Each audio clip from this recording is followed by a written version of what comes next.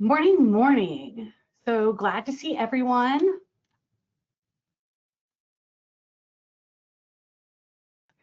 My name is Jessica Parker, and I am here today to talk to you about planning the release of your book. This is a topic that is very near and dear to my heart because I feel that a lot of authors don't fully understand all of the information that's involved with planning the release of your book. So hopefully today we can give you some helpful advice and tips that will help you plan a more successful launch so that you can get maximum views and better sales for your book, as well as visibility. So if you want to know a little bit about BookLogix, not that we are here to sell you anything, because we are purely wanting to educate authors here and give them the information needed in order to elevate not only their works, but also the industry as a whole. But we are BookLogix. We are a book printer and indie publishing support company. So we assist authors with various different publishing or parts of the publishing process, whether that be designing their covers, interiors, getting their books printed, selling, distribution, as well as anything from marketing to registrations like your ISBNs, etc. But the bulk of what we do is mainly going to be focused towards the printing aspect, which is a crucial part of the publishing process. So that is BookLogix and who we are. We are local here to the Metro Atlanta area. We're in Alpharetta. But let's just go ahead and dive in. I already talked a little bit about BookLogix, but just to recap, we're a non-traditional publishing house with a la carte services.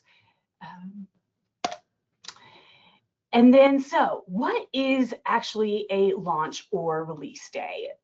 Your launch or release day is the date that the book actually goes live and is available for anyone outside of yourself or your publishing support team to be able to order it. So if you want your family and friends to be able to order it, the first date they are able to is referred to as your launch or release date. I've also heard this referred to oftentimes as your live date.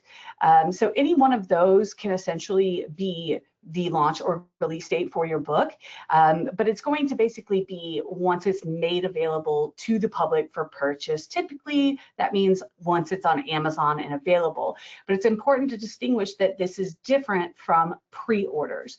This is the first time someone will be able to order the book when it's available and not have to wait for it to become available and then ship to them. So this doesn't include pre-orders. That would be done prior to the actual launch or release date. So this is very important, especially when you're working with a team, that you all have that same kind of language and goal in mind of that we are looking at what is our launch/release date. And the reason why this is important is because, as you can see on the screen, is that it is a very extremely crowded market currently. I want to say if you're looking at these numbers in 2023, they reported for self-published titles alone, there was about 2.6 million self-published titles that hit the market. So you can expect anywhere between 4,000 to 11,000 books to be released each day. Now that's traditional and self-published. So it's very important that you're strategic about your release because of this fundamental issue that we're having of oversaturation and tons of books out there. The more strategic you are and the more intentional you are, the better chance you have at standing out. The number one mistake that we see authors making is honestly locking in a date too soon. So this is setting a release date before you've even contacted an editor or a publisher. You don't want to be doing those type of things. Authors tend to get very excited when they enter the publishing process and are given that first kind of publishing timeline as to how long they can expect the process to take, and will quickly want to schedule a date to release the book. And oftentimes that can hurt you rather than help you. So you don't want to rush to lock in your date too soon, as a lot can happen during the publishing process. You can have, lots of revisions that weren't expected. You can have little speed bumps that you hit along the way in the process. So there's a lot of different things that can come up during the publishing process itself that we don't recommend actually locking in your launch date till you're much further along in the publishing process. A lot of times traditional publishers don't actually lock in a launch date until the entire book is completed and is ready to go to market essentially. But at that point, that's when they usually will hand it off to their marketing team to take that time to then spend the time leading up to the official launch date, marketing the book ahead of the release, as well as continuing marketing beyond the release. So there's a lot of reasons why you don't want to lock in your launch date too soon. And also considering what your launch date can be important in that factor, because I have a lot of authors that will come in and they'll have an upcoming birthday or an anniversary or different things like that. So if you have a particular date in mind that you want to release, you want to make sure that you back up enough from that date to give yourself plenty and ample time to go through the publishing process comfortably, because what you don't want to do is rush the publishing process. That's when you're going to more likely see mistakes, typos, and little things like little nuances like that that will slip through unnoticed is when you're rushing. And you definitely don't want to rush the editorial process. That's probably one of the parts of the process that I would say, you know, is the least likely one that you would want to rush.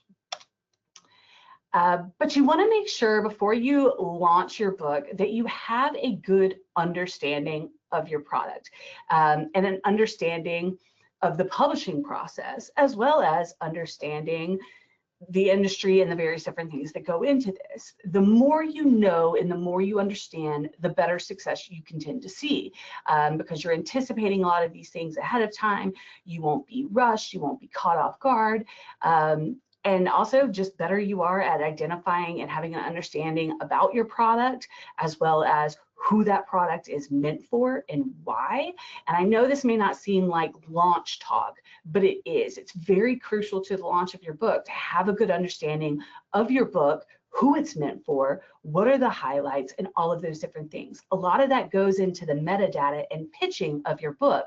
So you want to make sure that this is solid and you have a clear understanding that matches what your book actually does.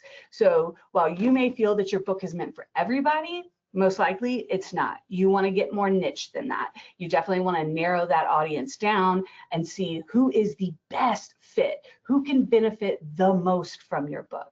Because a lot of the decisions that you make early on in the writing and editorial process, like deciding who your audience is, what your value proposition is for the book, all of those different things translate on later into the marketing of your book and the release of your book.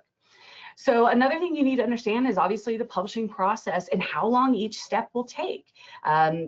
Obviously, this depends on how you're going about it, whether you're doing a lot of these type of services yourself, or if you're contracting out individual freelancers, or if you're working with a publishing support company like BookLogix, or even a traditional publisher. You want to make sure that you understand how long the process will take, as well as how long each individual step. So things like beta readers, editing, design, registrations, proofing, all of those different things, you need to make sure that you understand how long they take, and therefore when do you need to make sure that you secure those so that you're ready come launch day. And then also think about what are some of the services that can be rushed. You can work with your publishing partner or publishing support company to ask them for this information, what they would recommend, and always lean on them for support. But if you're doing it yourself, you really want to kind of evaluate what some of these services are that can be rushed and if they should be rushed. So as I mentioned, I wouldn't actually rush the editorial process. I think this could be very damaging to your book later on, as when you tend to rush. And as a former editor and a freelance editor and writer, it's very, very important that you take the time to make sure that you get the content right. That's the bread and butter of everything that you're doing. You're perfecting your product and making it the best possible book to reach the best possible audience, to give them the best possible experience. So you really want to make sure you take that time.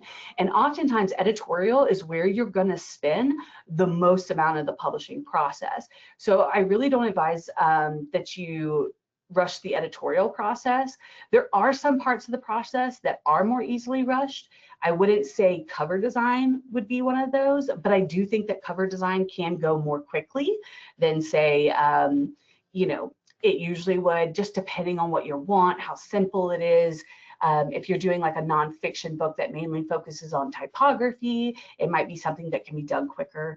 But when it comes to the interior of the book and the formatting of the actual pages, that is something that I do believe can be easily rushed, and that you can find ways to shorten that process and simplify your layout and different things like that. But when you're doing that and rushing things, you don't want to oversimplify or, you know, make it too easy or too cookie cutter in that sense, just to get it done quicker, because it may affect your audience and how the book is used. So you have to really think about what's the function that you intend for the book, because that's where layout comes in, and it's a very, very big part of this.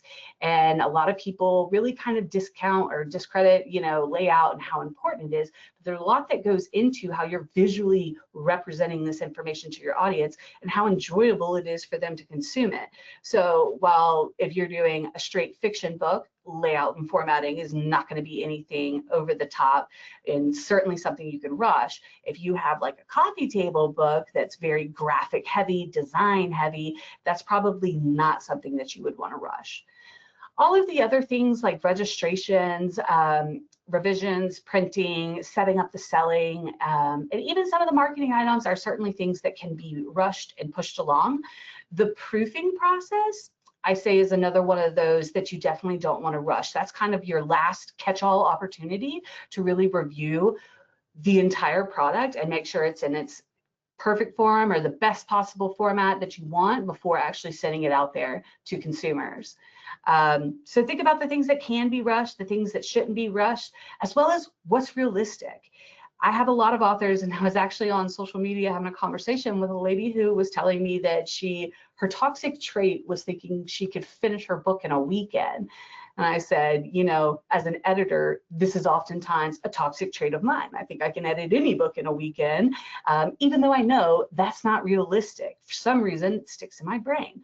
So you want to make sure that you have realistic expectations of the process and how long it will take, because I can tell you the thing that stresses out authors the most is rushing the release.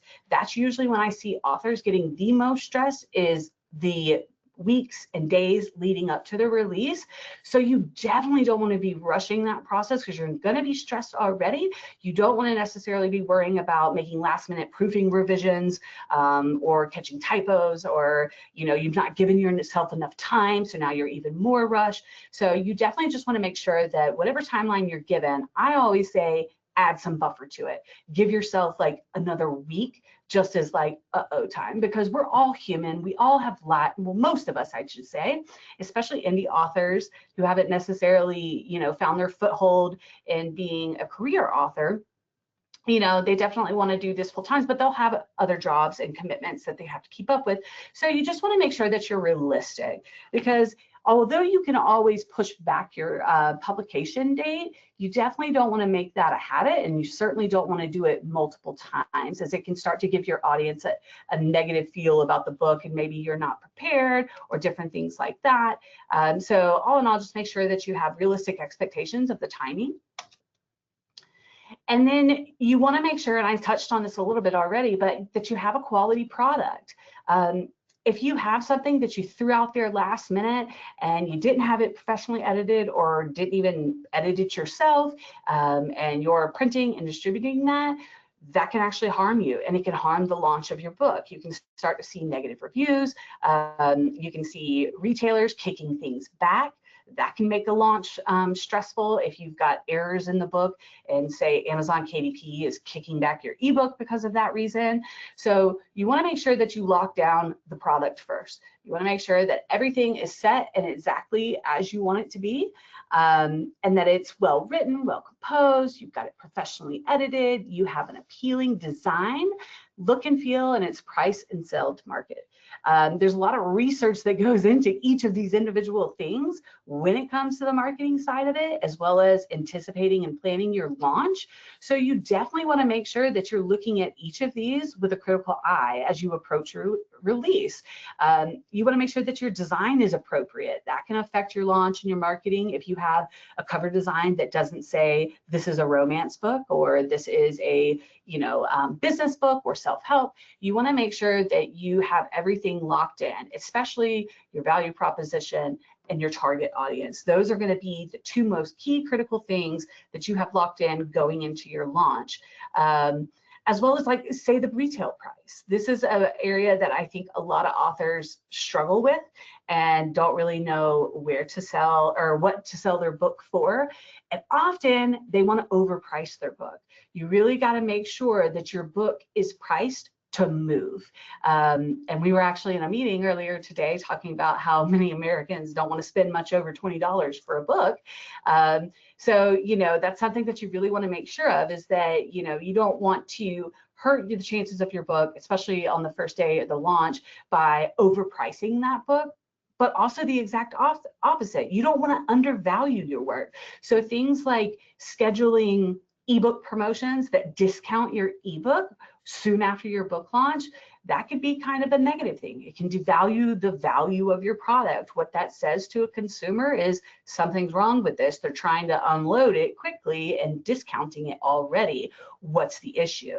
It can cause that suspicion in readers' minds when they see it. So you definitely want to make sure that you're priced where you need to be and that you're not discounting too soon. So as you're going through planning your launch and you're thinking about the different marketing activities that you have, make sure that you're really kind of pushing any kind of discount type promotion back some. I usually like to say at least give your book 3 months before you really start discounting. I think that's a good amount of time before you really do that. But obviously circumstances can all vary, so take that with a grain of salt. And then you don't want to risk the potential success of your book due to time of loss and lack of budget. So as you start breaking down all of these different things and thinking about the timing, you also want to make sure that you're looking at the budget for each of these things, because that's another problem that I see with authors when it comes time to plan the launch, is that they've blown their entire budget on all of the publishing aspects. So on hiring an editor, a cover designer, developing promo items, getting their website up, all of those different things. And then once they're done and it's time to market, and you ask them what their budget for marketing is, it'll be very small or non-existent. And this is actually one of the biggest reasons that we see really honestly holding authors back, is that a lot of people will say, oh, Amazon, you're going to see a lot of unedited slop and AI is making things different. But actually, the biggest issue that indie authors are facing is an oversaturated market. With those kind of numbers releasing each day and every year, you really have to do everything you can to have a unique product that stands out from all of that noise. And marketing is going to help you do that. So if you don't budget for marketing, you're going to have an even harder time getting the word out there that the book is available. You also want to make sure that you lock in all the legal stuff. So you want your copyright to be done, you want all of your permissions to be in place, any type of release forms that you need, whether it be for your author headshot or any of those things, all your contracts, agreements, the rights, your publishing contract, illustration contract, whatever contracts you have had throughout the process. You just want to make sure that you lock all of that down. Have you covered all your bases and cross all your T's and dotted all your I's to make sure that you've covered the legality aspect, so that once you release it, you're not also opening yourself up to any type of legal action or lawsuits. And that's something that I more so see when it comes to permissions and sources. So, you want to make sure that you have all those permissions if you're using, certain brand names or different things like that locked down. Because also, if you don't get permissions for some of those things, or you don't have the ability because of your contract, you may not be able to release your book. or use that element. So it's really, really critical that you don't skip over the legal stuff. Make sure that you're covering this. And if you think of your book as a business and put on more of your CEO hat than your author creator, and I know that can be difficult. These books are our children, they're our babies, I get it.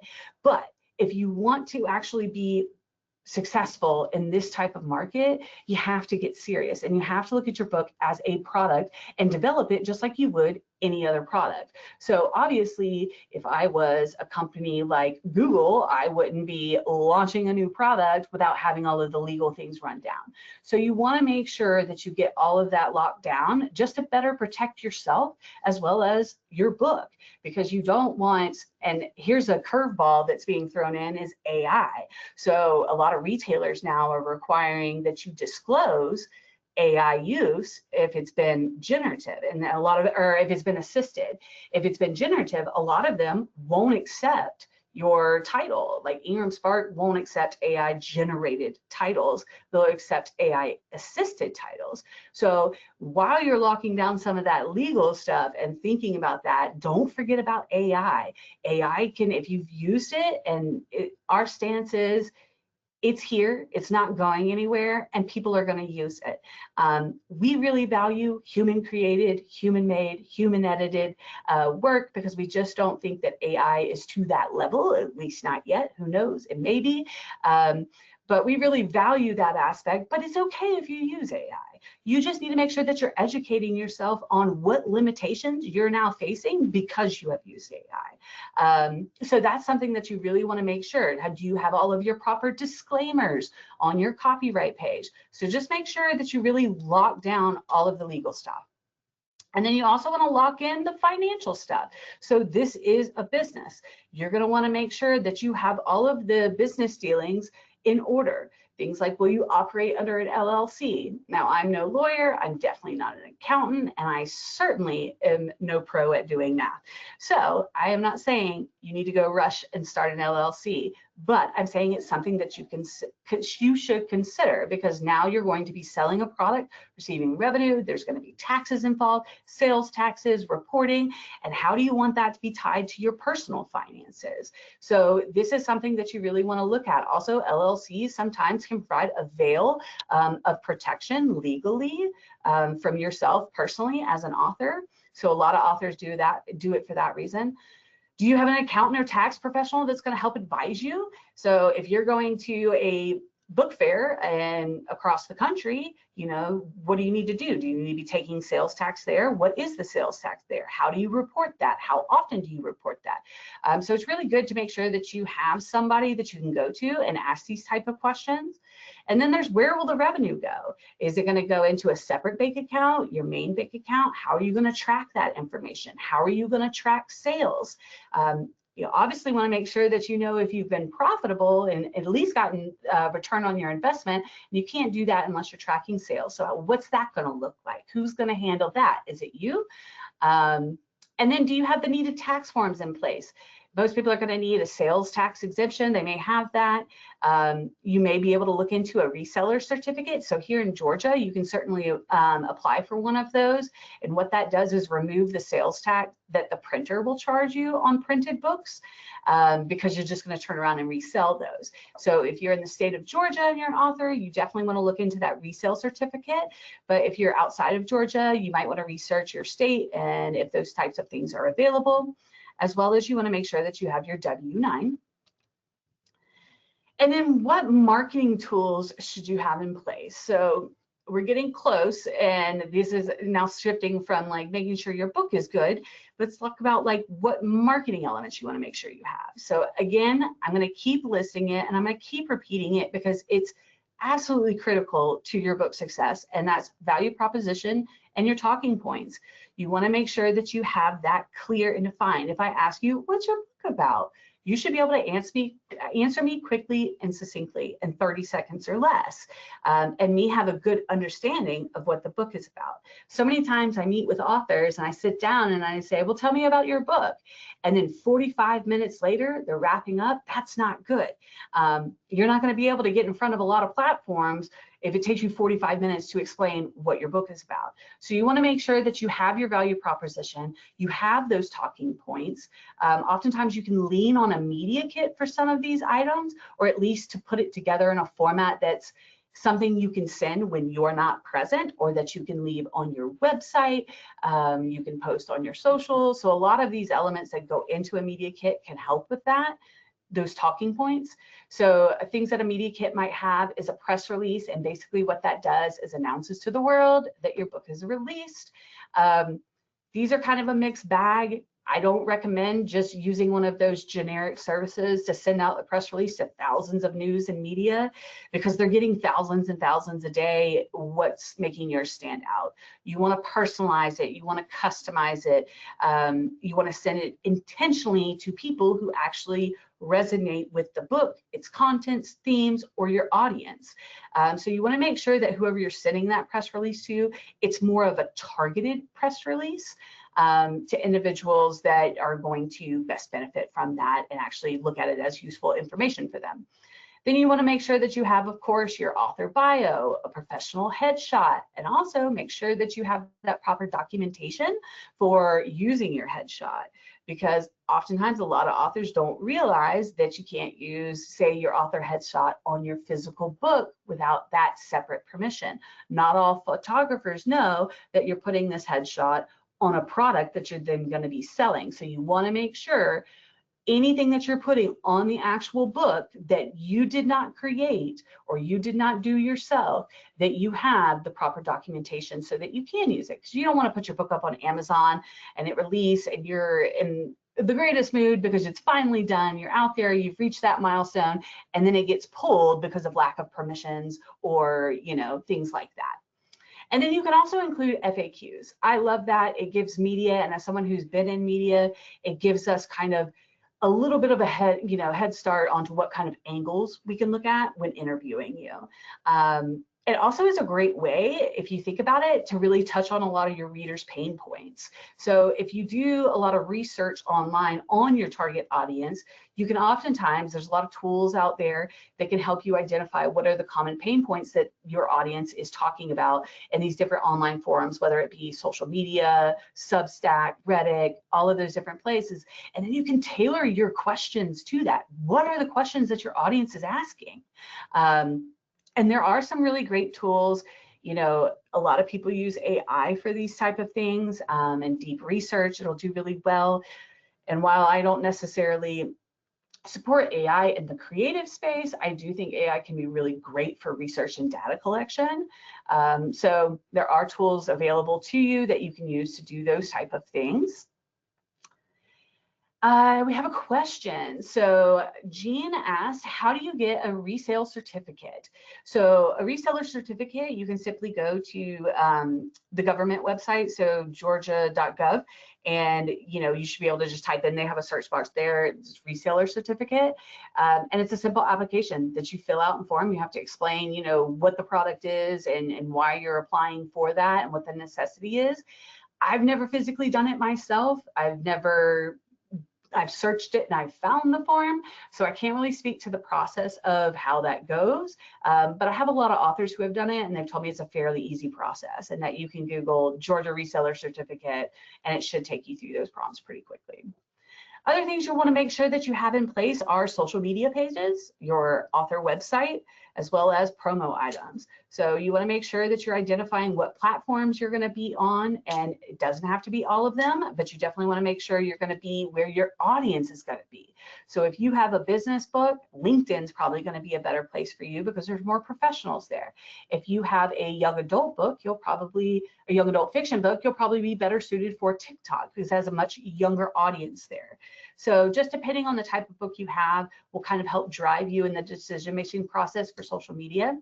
But you also want to make sure that you have your author website set up, get that media kit set up on your author website, as well as any promo materials that you have.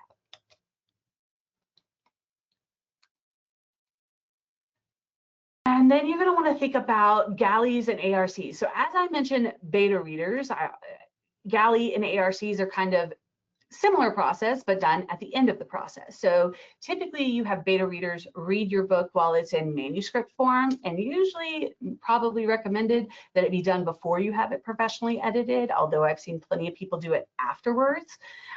You want to make sure that you give time for beta readers. You know, think about how long your book is and what the average person reads like, and, you know, kind of calculate and give some time. Usually I think about a month is a good amount of time to give someone. So you want to make sure that you factor that into your timing if you plan to do beta readers.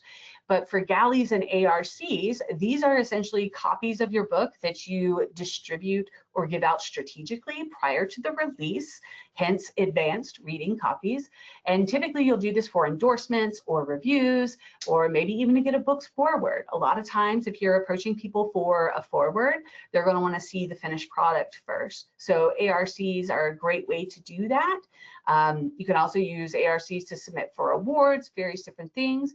And I do want to repeat, advanced reading copies I don't feel are utilized enough by indie authors, because a lot of times authors will ask me, well, how do, you know, these books come out with, you know, #1 New York Times bestseller on the cover on day one, or have all of these reviews on day one?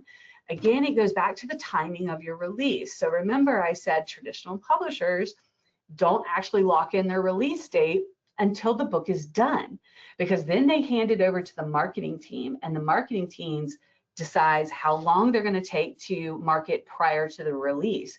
And that's when they're using these advanced reading copies to get things like endorsements, reviews, a forward, so that all of that is together and on the book on day one when it released. And it gives it a much more polished look that has more credibility to it. Think about how you would feel of seeing a book that has all of the reviews in place and, you know, New York Times bestseller and all of those different things versus one that didn't.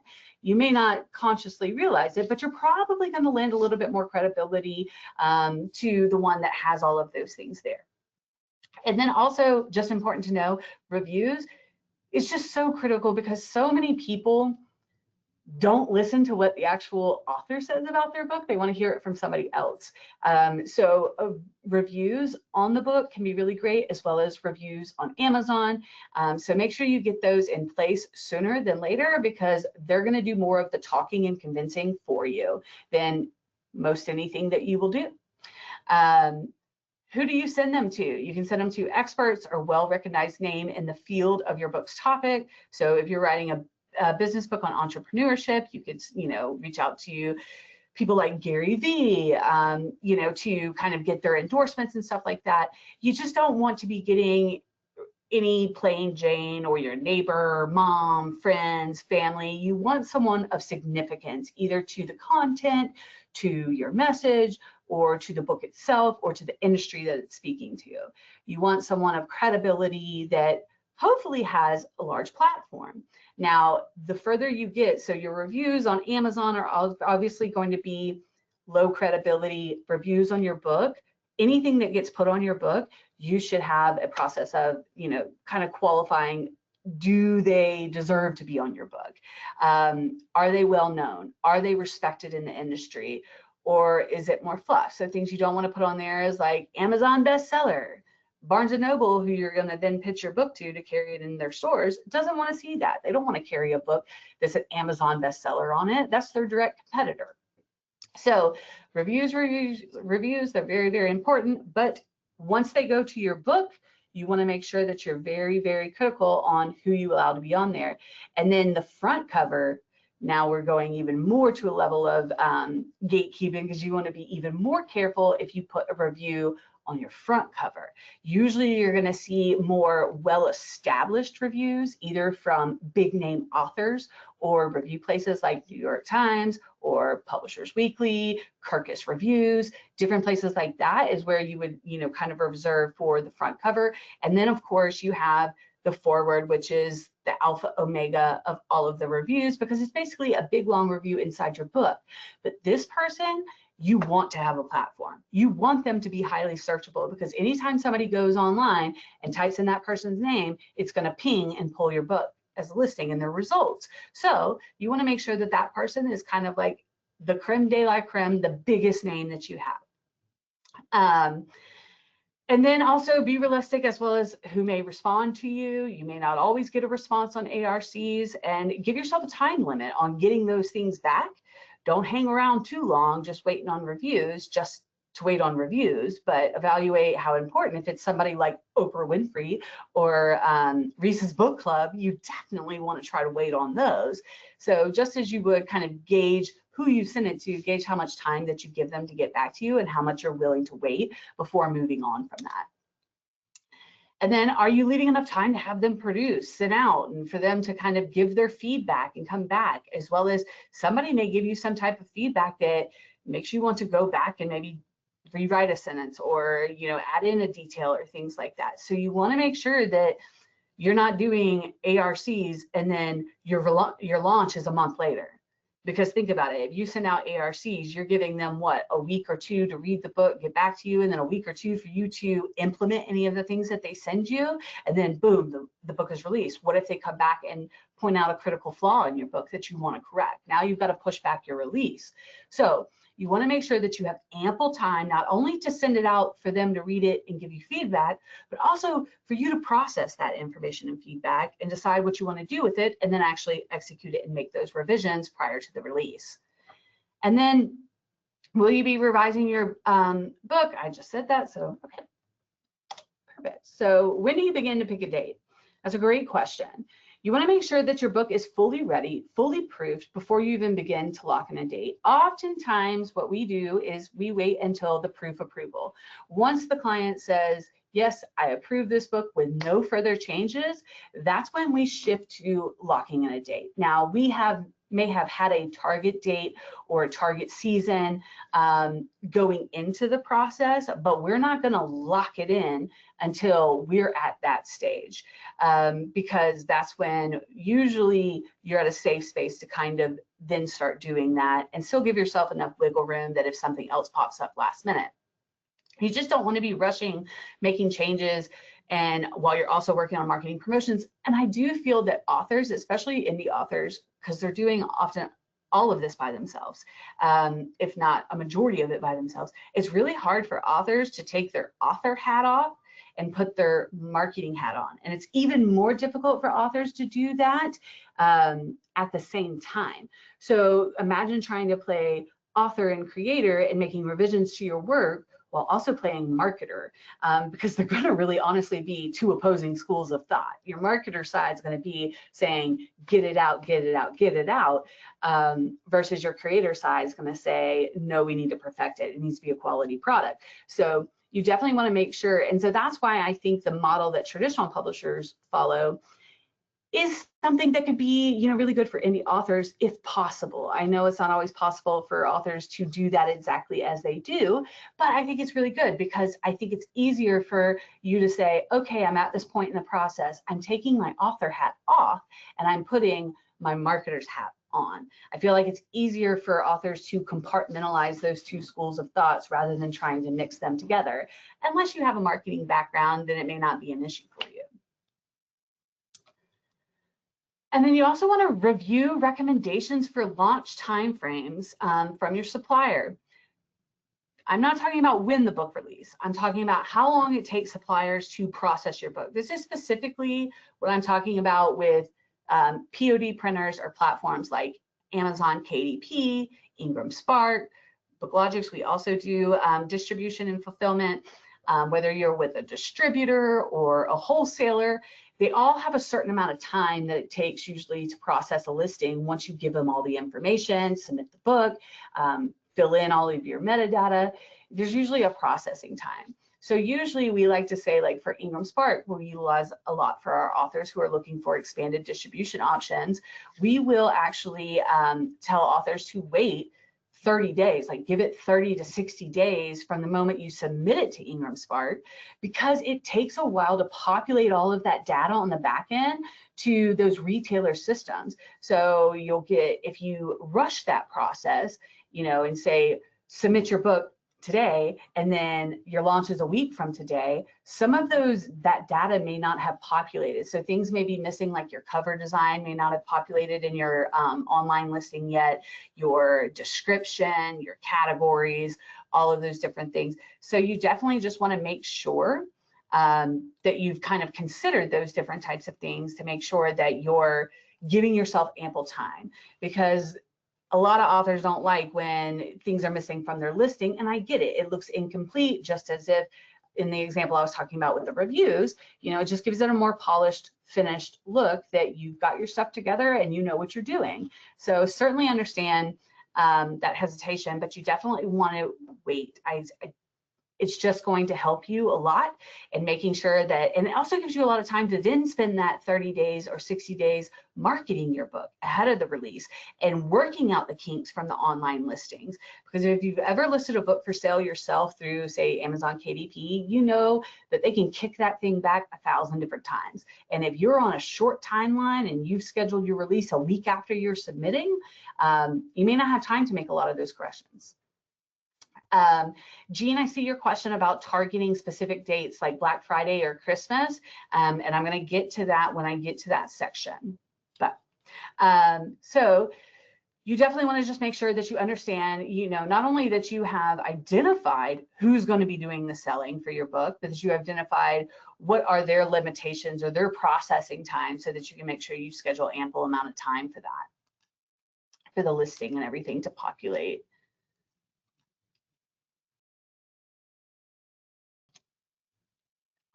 Wait, I think I missed it. Okay. So yeah, so final printed books. Do you know how many copies of your book that you're going to have for the launch? What kind of launch are you doing? Are you doing an event? How many do you need? Now this is important. I always tell authors, less is more. There's no reason for you to go and print thousands and thousands of books, especially if you're an indie author. You don't want to spend that money. You don't quite know if you have that type of demand, so you definitely don't want to lose money on that. So go less is more. The beautiful thing about a lot of these print-on-demand printers like Ingram Spark, BookLogix, Amazon KDP is they're really quick turnaround time. So you can get books in the matter of days. I had someone call earlier this morning wanting 25 books by the end of the day. Boom, we were able to help them. That's not always the case, but today we were able to help them and meet that deadline. So you can always get more. What you don't want to do is spend thousands and thousands of dollars, especially if you're going overseas, because now you've got to factor in tariffs, timing for that. So it can definitely prolong the process, but have a good idea of how many copies on hand you'll want to have, not only for selling yourself at different events that you have scheduled or lined up, but also for giving to key influencers or reviewers or various different marketing functions as well. Printing and shipping of books takes time, so make sure you factor that in, especially if you're printing overseas. That can take months. And you do ideally want your books to be in hand before you publicize the launch date or set your launch date. And then you want to make sure that you keep a padding, as I said, for a margin of error. What if your printer has the wrong file, needs to get the books done? So any type of date you ever give yourself, I always take, if the printer tells me I need 5 to 7 business days, I'm going to add a week onto that or a few days onto that.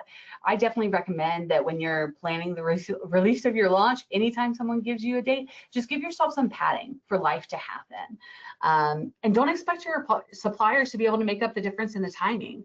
Sometimes they can't, and sometimes it's just not possible. Even if they want to make it right, if it's on their end that the reason the issue is happening, it just sometimes can't always happen, especially if you have a thicker, longer book, color books, as well as coffee table books, oversized books. Those are going to be a lot more difficult to have redone printing wise. Now, how do you set a launch date? So in general, Tuesday, now I'm going to say all of this and then I'm going to give you my thoughts on it. So in general, Tuesdays are seen as the sort of standard when it comes to launch days for new books.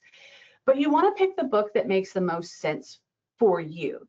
So just like anything else, we're dealing with an oversaturated market. If you are picking a day that everyone in the industry is being told Tuesdays are the day, don't you think that's going to be a really crowded day? And a lot of people are going to be releasing their books on that day. So would it be beneficial for you to maybe release on a Wednesday or a Thursday, perhaps? I do generally recommend avoiding the weekends, as well as a Friday, because if your book releases on a Friday and then you go on the weekend, all of your vendors are gone. And if you have any issues that you need help with, there's no one there to contact. So I generally say Fridays and the weekends, I try to avoid when it comes to planning a release date. And then Mondays are fine. But yeah, so you want to just make sure that you're being intentional. If you know that everybody's being told and fed this information of Tuesday, Tuesday, Tuesday, would it be more beneficial for you to go on a different day? Something worth considering.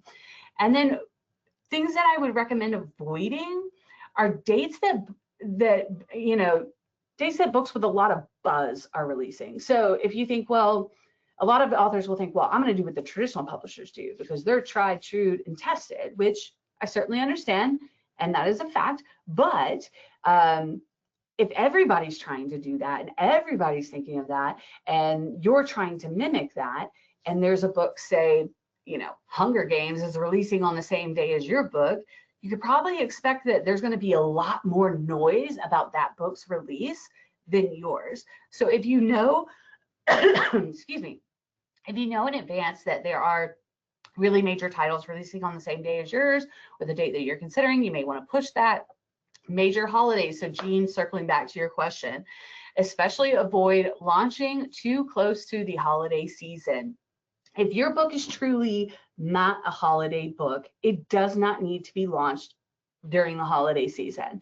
If it is not a book about Christmas, the holidays, Thanksgiving, or those different types of things, it's really not going to get a lot of play. Honestly, my general rule of thumb that I like to function under and that I advise authors is that if you don't have a holiday type book, end of October is your deadline. Otherwise, you're waiting until the following year. But also, if you do have a holiday book, you're behind the game if you're starting that late. You really, and picking a launch date that's in the holiday season. You might want to consider backing up to July when the holiday season truly begins, because also you have to think about your marketing. It takes a while of people hearing, seeing, reading about your book before they make a conscious decision to buy. Usually in marketing, that's called the rule of 7. So it's usually 5 to 7 times of someone hearing, reading, seeing about your book that they make that decision. Well, think about it. If you release your book during the holidays, now you have 5 to 7 times that you're working against to get them to buy it during the holidays. Your window is limited. But if you back that up to July, now you've got August, September, October to get those 5 to 7 hits for them to make a decision to buy during the holiday season when the shopping is actually at its peak. So specifically Black Friday or Christmas, I honestly would avoid. I wouldn't try to lump my book in there unless it was an extremely strong tie to that holiday. And even then, I probably will have released it far before that to give myself time to market the book leading up to that big holiday. Because once the holiday is over, that marketing push is done. And you've got a whole nother year for that. So when it comes to holiday books, you want to make sure even more so that you're backing up to give yourself plenty of ample time to market the book and schedule some of these promotions leading into that holiday season. Election season, that's another one that I avoid unless it's important to your book's topic, especially when it's a major election or a presidential election. Everyone's just focused elsewhere, and it's just not going to necessarily see the same results. Same with romance books releasing on Valentine's Day. Yeah, it seems like a good idea, but is everybody doing that? And if you're doing that, releasing on Valentine's Day, nobody would have been able to buy the book for their significant other on Valentine's Day until Valentine's Day, which is when they're actually giving the gift. So if you want something to be given as a gift on a holiday, typically it's purchased well before that, at least a few weeks. And then you have to back up and think about how long it took you to get that person to decide to buy it for that holiday. And then you want to make sure that it's a time frame where you're totally free and able to focus on these different types of things.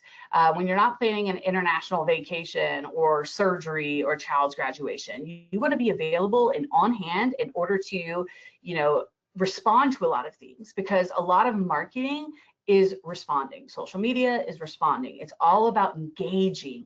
You don't just want to be throwing posts and promotions out there and not engaging with your audience or your readers and having conversations, whether it's on social media or in person, you still have to engage and build relationships with your book readers.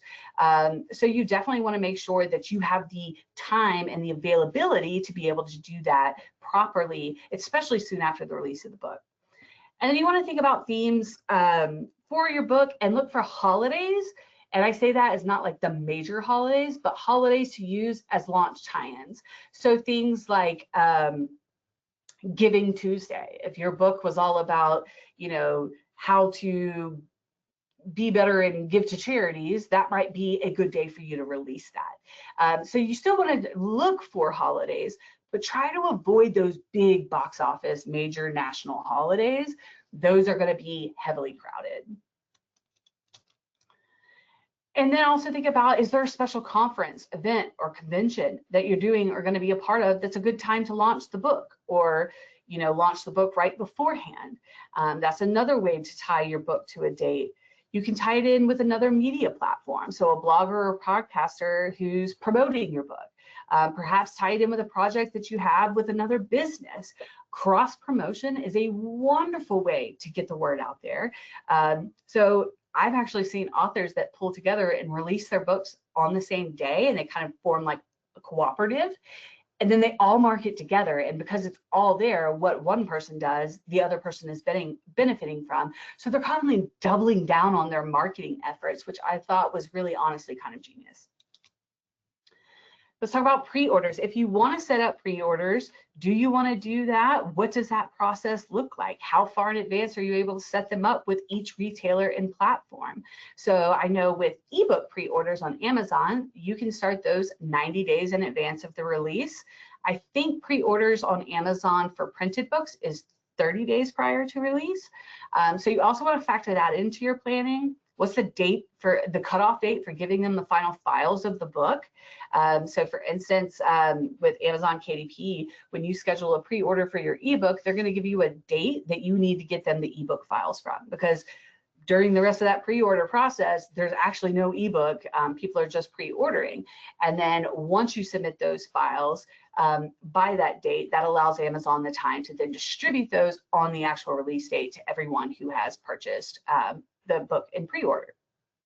And then you also want to keep in mind, you can get in trouble depending on the retailer or even the business that you're using if you take money from buyers too soon when doing your own pre-orders on your website. So things like PayPal, if you're using PayPal to take orders, they have certain limitations as to how long you can hold someone's money before delivering a product. So you definitely want to make sure that you check into any of those payment processing apps or companies that you're using to make sure that you're following those correctly. If you're selling the book on your website and doing pre-orders there yourself. And then oftentimes people will actually schedule a soft launch.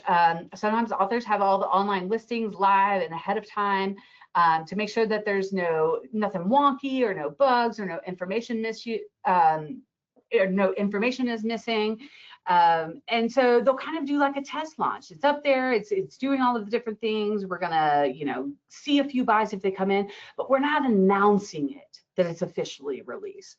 Because honestly, if you think about over 4 million books published in a year, that's 4 million books that a reader has to sift through to find yours without being told about it. So the chances of someone happening upon your book during this soft launch period is fine, but even if they purchase it, that's okay. Authors tend to be a little bit squirrely when it comes to soft launches, and it's something that a lot of different industries do, and a lot of like restaurants do it really great. It's a chance to kind of work out all the kinks and the bugs before you go live for real. And what if you have to plan a party or event? So if you're doing like a launch party or an event, some authors like to do that before the online release so that buyers have to buy the book at the event. So think about that. If you're doing a book launch, how are they getting the book? And if you've got the book already available, then most likely you're going to see a lot of them saying, oh, I already bought it. I brought it. Can I sign it? And if you purchase and paid for a lot of books to be selling at your event, that can be discouraging. So some authors will think about doing their release, their event launch before the actual release date, of their book. It kind of gives it that exclusivity feel. It's the first opportunity that they have to get the book. It's not available anywhere else to their knowledge. So, you know, those are things that you'll want to consider when you're thinking about doing an event. And keep in mind, you know, what you'll need to sell books at the event. Things like your payment processing, collecting taxes, staffing, volunteers. Selling books at events can be a cumbersome process. And I've been to a lot of book launches that if they're not set up correctly, it can also lead to frustration by your attendees. If there's a long line to get the books or you don't have a good system set up, when will you be signing? Where will you be sitting? Are you sitting right next to the buying table? If so, that might not be a good idea because people are going to stop and want to chat with you, and therefore they're backing up the line at the buying table. You really want to get people up at that buying table right away. So you want to hit them right at the door, make sure it's free, flowing, and there's not a long wait, and put yourself somewhere else where people can kind of form a line, just sit and chat with you. Or maybe you give them a time frame in which you'll be doing signings. Maybe at the end of the launch, you do the signings. But those are things that you'll want to consider. A lot of authors prefer to do releases online, virtual launches. I've done 2 different virtual launches with some authors of mine and also good friends, and I absolutely love them. They'll do just kind of like a watch party where they'll get on Zoom and invite everyone, and they'll kind of have like a program that they perform and chat. I've seen ones that have had bartenders and a mixed drink for the party, and they sent out, you know, recipe cards ahead of time. So you can do a release or a release event or a launch event online. It doesn't necessarily have to be in person. The biggest thing you want to make sure, though, is that you price your book to sell. Don't price it high just to try to make back the money you invested. That is the wrong strategy for you to have. You definitely want to make sure that you are meeting, you know, kind of the trends and falling within standards that you're seeing. Go sit in a book lot or go sit in a Barnes and Noble, look at your genre and see what are they selling for. You know, is this book newly released and selling for this, or is it an old release and selling for this? Also, you want to make sure that you look at the actual printed barcode price, not like a sticker that a bookstore may put over it, because that could be their discount. You want to look at that actual price point because, you know, that can change. Stores can discount it, and this is good in theory, but also I've seen a lot of people lately not putting prices, list prices, in their actual barcodes. So if that's the case, you can also do this online through Amazon, searching their ISBN, will pull up the actual list price. And what your list price is that is the true value of your product. That is the price that it should hit the market with on day one. And your book can never be sold for more than that, but can always be sold for less than that. Let's talk about giving books away. So do you want to do this? The average book sells only, usually I would say indie titles, the average book usually sells anywhere from 100 to 250 copies in its entire lifetime. So with that number, think about if you're giving away a ton, you're pulling from your sales the more you give away. You want to be strategic about giving away your books. So while you don't want to be stingy, if you're going on an interview or at a podcast or an event or somebody that can benefit from the book and help you get into the rooms and stages and audiences and platforms that you need to be to get the word out there, definitely give them a copy of the book. You could also gift free ebooks. That's going to limit some of the costs that you're spending into the actual printed books. So be careful with what you're gifting. You don't want to just be giving away, like your friends, they should be buying your book. Your family, they should be buying your book. They love you enough, they should be able to support you and purchase your book. Save those giveaways for giveaways that have meaning, you know, that are really going to be a return for you. What are you getting out of that? Because you're essentially handing them anywhere from $7 to $10. So if you're handing them $7 to $10, what are you getting back? And is it worth it to you? That's the question that I usually tell authors to ask when thinking about giving away free books is, what's the benefit to you? Although it's not always about you, and you should always be thinking of your audience, you don't want to be giving away too many things for free and go that direction. So just keep that in mind. Don't be lured into giving, and then when you do give away copies, give them to book reviewers, bookstores, different things like that. Media kits are great for this purpose. So like with bookstores, you can give them a media kit rather than giving them an actual copy of your book. That way you're not wasting, you know, print money or money that you've spent printing the book, but you're giving a media kit that has all that information that they need and is actually preferred. And then let them request a copy of the book. You can put in there that, you know, if they're interested in carrying it, they can contact you and you're happy to send them a sample. But at least then you've used it to gauge, are they even interested, before you're just handing them a free copy of the book. Media kits are great leave behinds for just that purpose. Rather than giving away a copy of your book, give them a media kit. Also, these could be great for influencers, and I really want to see authors really push more into the influencer space. I took a brief hiatus from publishing and went back to my journalism roots and went into the lottery industry and learned a lot about social media influencers and utilizing those for promotions and different things. And I think that there's a ton of this that is untapped in the book market. I think things like influencer boxes, you know, to get them to get out there and talk about your book and different things like that. I do think influencers, it's on the rise for book publishing. I, for the most part, think it's largely untapped. And I've seen this do wonders in other industries because, as I said, nobody's going to listen to you the same about your book as they will somebody else. So how do you get people talking about your book? Approaching influencers, book influencers, or social media influencers. They don't necessarily even have to be in the book space as long as their audience and their values align with your audience and book space. Pitching to bookstores, be careful of the A word, Amazon. That's their competitor. So keep that in mind when you are doing that. When should you be pitching to bookstores? If you want it to be in stores close to your release, you should be pitching well in advance, like think 6 to 9 months prior to the release of your book. This is why a lot of indie authors aren't in physical brick and mortar bookstores, especially chain ones, on the day of their release, because there's a lot that goes into that. And it can be a very costly and not profitable endeavor, especially if you then don't have the foot traffic going into the store to then buy the book, because that's the ultimate end all be all. It doesn't matter if you get the book in the bookstore, if nobody's walking into the bookstore and buying your books once they're there, all of those are just going to be coming back to you. You're going to get hit with returns, fees, all of those different things. So you want to make sure if you're approaching and considering pitching to bookstores that you're doing it well enough in advance, looking at all the finer details and seeing if it's something that you really feel you can bring the amount of foot traffic into those stores to justify the revenue and the money that you'll be spending to make those, because it also depends on what bookstore carries it. So like, for instance, Walmart, they're not just going to, or let me start with this. Barnes & Noble is really good. They're usually going to order like 1 to 3 copies, put it in your local Barnes & Noble first, see how it does.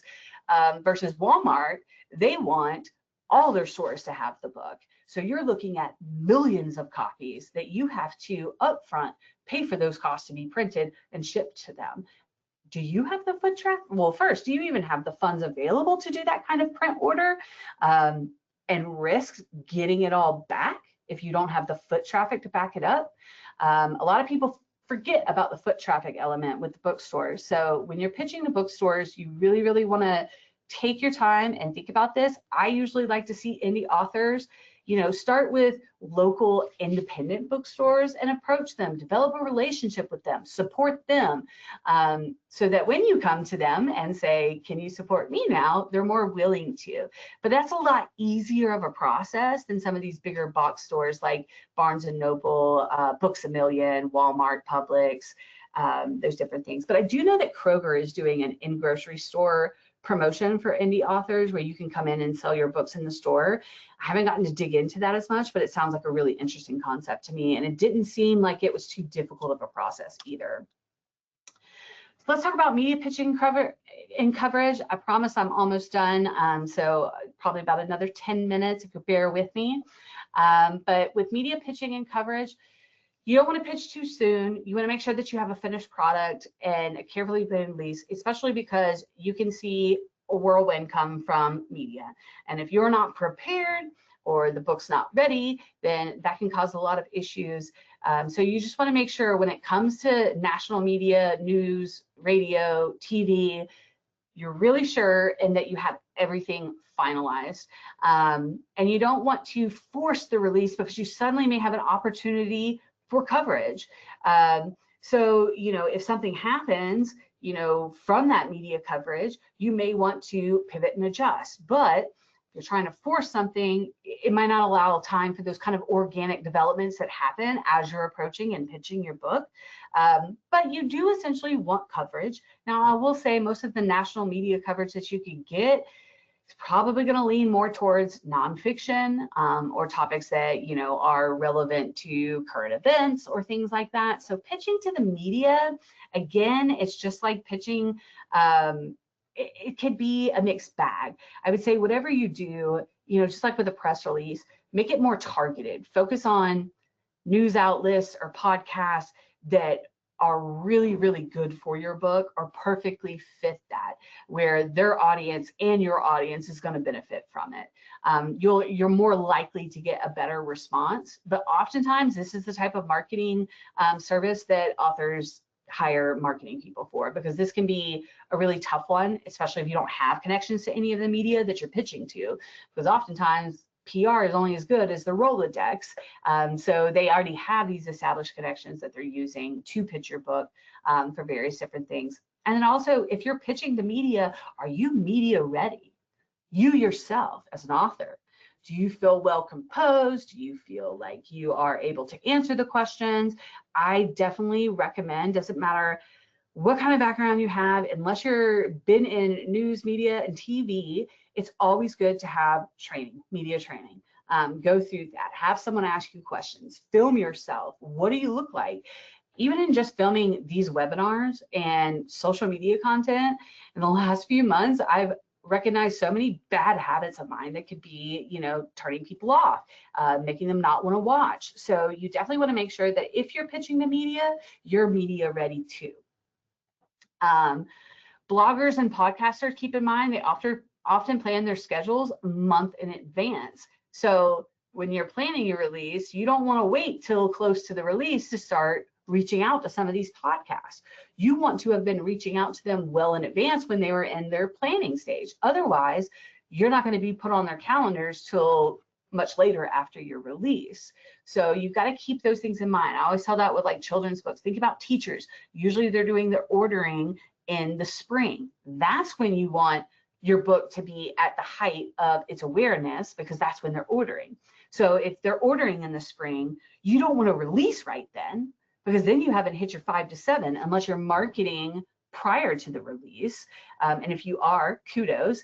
If not, you'll probably want to back up your release a little bit. So if your key date where you're wanting, to target teachers is when they're purchasing their books for the following school year, you probably want to back it up like a month, maybe 2, maybe 3, and release it a few months prior to March or April, so that you can then be prepping them and getting them to know that, hey, this book is out there, once they're ready and in that space that, okay, I'm going to go sit down and purchase all my books for the next year, when they're in that planning phase. So this goes into the research of knowing your audience. When I say know your audience, I don't just mean know what age group, male or female, what their demographics are. I mean, really dig in and find out any and all information you can about them. If it's teachers, when are they doing their planning? When are they purchasing their books? All of those different things. Are you in a sprint or a marathon? I say avoid the sprint and go for the marathon. Don't put all your eggs in the launch day basket. And what I mean by all your eggs is all your marketing, promotions, and efforts should not be solely centered around launch day, because launch days aren't what they used to be, like a thing in the past. Just like book signings are kind of a thing of the past. Launch days and that kind of big release day is not typically what you're going to be expecting and what you've probably envisioned in your mind.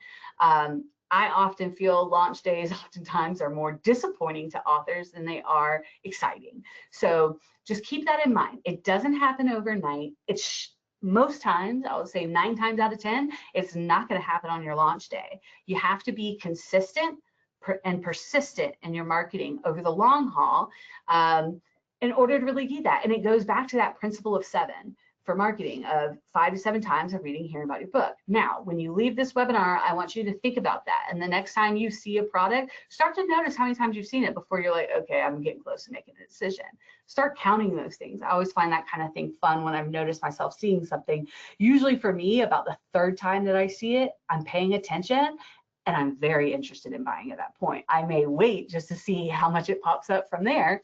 But so you just want to be persistent. You want to make sure that you get all of those touches, or all of those touches that you need, and that you're in it for the long haul. Because most authors will tell you, especially indie authors like Jean. Jean is a great resource. She might be on her 3rd book by now. I know she's got 2 under her belt. But you know, the more products you have, the more valuable of an author you become, and the more traction you're seeing, because you have multiple products. You're not just a one and done author, and usually you will see a longer, consistent push of marketing for that product. So somebody like Jean, who has multiple books under her belt, is going to have a lot of advice that you can share and different things like that. So, you know, you definitely want to just make sure that you are marketing. More products is key, and that you're getting those touches that you want. Don't give up too soon. Usually we say it can take anywhere from 12 to 18 months after the release before you start seeing that traction and sales that you want. And that's with consistent and persistent marketing. Somebody has to be telling people about your book. Otherwise, nobody knows it exists. And that's one of the biggest issues when it comes to indie authors, as well as just marketing in general. So thank you so much. Thank you for bearing with me. Looks like I went about 12 minutes over, which is good for me. So if you have any questions, you know, feel free to ask those. You can ask those in the questions box. We also, just a few housekeeping notes, we do upload these on our YouTube channel the morning after, so this will be available on demand viewing on YouTube tomorrow morning. So if you missed it, or you know anyone who had, just let them know. They can check it out there. And if you are watching this on the YouTube channel, make sure, if this was a great webinar, that you like, subscribe, hit the little bell thing to stay tuned for more.